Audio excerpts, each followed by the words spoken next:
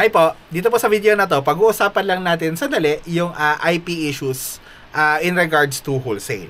So again, kagaya ng sinabi ko kanina, so ulitin ko lang ngayon, formally sasabihin ko sa inyo, na kapag traditional wholesale, meaning hindi kayo dumaan sa brand, wala kayo letter of authorization, at kumuha lang kayo sa distributor, so kailangan nyo pa rin mag-check for IP issues. So same steps po dun sa OA part ng course, okay?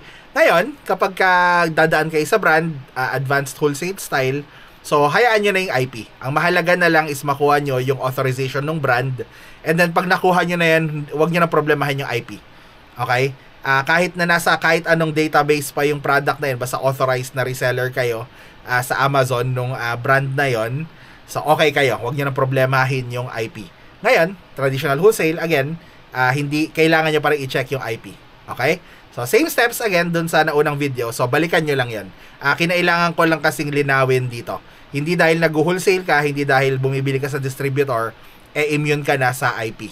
Okay? Kailangan mo pa rin na maging authorized seller para maging immune ka sa IP issues. Okay? Saka, Section 3, kasali na rin yan. Okay? IP issues, Section 3, same thing. So, yun lang. Maikli lang na video, di ba? So, I'll see you next video. Bye.